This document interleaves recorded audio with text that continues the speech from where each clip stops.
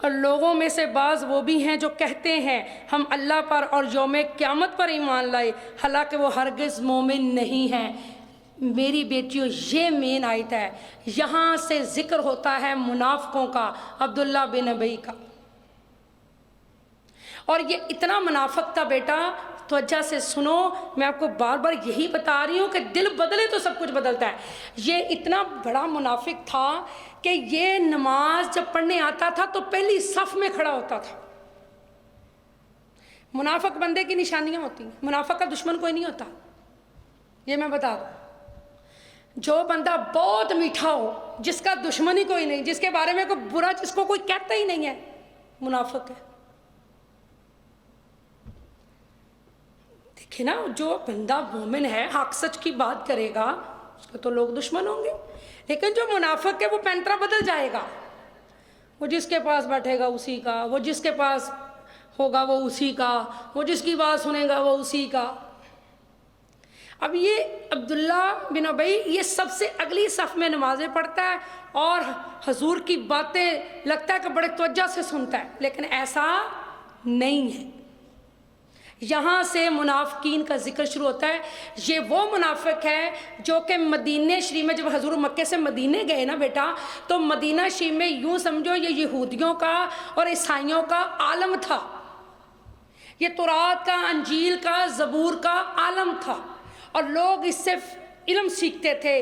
اس کی یوں سمجھو کہ چتراہٹ تھی مدینہ شریف میں۔ یہ پیر، یا یوں سمجھو یہ ان کا ایک ایسا رہنما یا پیشوا، یہ ان کا لیڈر تھا۔ اور تورات میں، انجیل میں، زبور میں میرے پیارے نبی صلی اللہ، اونچی سے بولا کریں صلی اللہ علیہ وآلہ، میرے پیارے آقا جی کی آنے کی علامات ہیں، ان کا حلیہ مبارک تھا، اس کا ذکر تھا کہ نبی پاک کا حلیہ مبارک کیسا ہوگا۔ تو یہ اس کو پتا تھا، اور جب حضور مکے سے مدینہ شریف تشریف لائے تو عبداللہ بن ابی کو پتا تھا، اس منافق کو، کہ یہی سچا نبی ہے، اور اسے پتا تھا کہ سچے نبی کی طاقت کیا ہوتی ہے۔ اسے پتا تھا کہ میں مقابلہ نہیں کر سکتا، اس لیے اس نے منافقت کا لبادہ اوڑھا۔ اس نے کہا اگر میں بالکل سامنے سے وار کروں گا تو میں ان کا مقابلہ نہیں کر سکتا، اس لیے وہ دوگلا ہو گیا، یعنی اس نے منافقت کو چنا، اور اوپر سے اس نے پڑھا کلمہ لیکن اندر سے تھا منافق۔ تو ایسے بندے بڑے خطرناک ہوتے ہیں، اللہ تعالیٰ ہم سب کو محفوظ رکھے۔ ایسے بندے آج کے دور میں بھی پائے جاتے ہیں، بات بات پہ جھوٹ بولنا، وعدہ پورا نہ کرنا، امانت میں خیانت کرنا، یہ وہ لوگ ہیں جو آج بھی پائے اور آپ کی بڑی چاپلوسیاں کرنے والے ہوں گے، لگے گا ساتھ ساتھ ہی آپ کے ہر وقت، لیکن حقیقت میں وہ ساتھ ساتھ نہیں ہوتے۔ جب محنت مشقت والا کام ہوتا ہے تو وہ نہیں ہوتے، جب کوئی سٹرگل کرنی ہوتی ہے تو وہ نہیں ہوتے، لیکن جب اے سی والے حال میں بیٹھنا ہوتا ہے تو وہ پھر بالکل ساتھ ہوتے ہیں۔ صحیح بات ہے۔ اب یہ آپ کی اصلاح کا لفظ ہے کہ آپ کے اندر یہ جذبہ ہونا چاہیے بیٹا۔